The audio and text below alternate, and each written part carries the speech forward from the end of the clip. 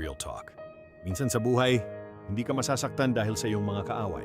Mas masasaktan ka dahil sa mga taong pinagkatiwalaan mo. Mga taong tinuring mong pamilya. Mga taong tinuring mong kaibigan.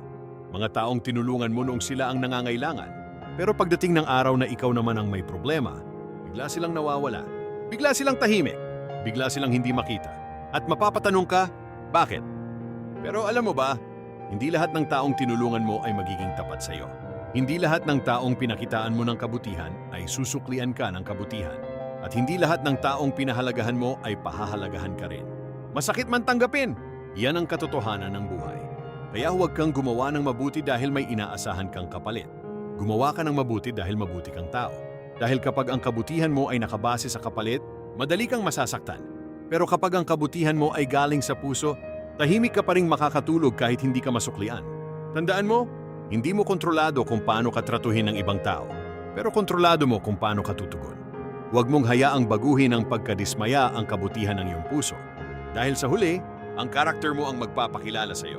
Hindi ang opinyon ng ibang tao. Ito ang real talk. Padabako kamo, na may tawanan, kwentuhan at aral sa buhay.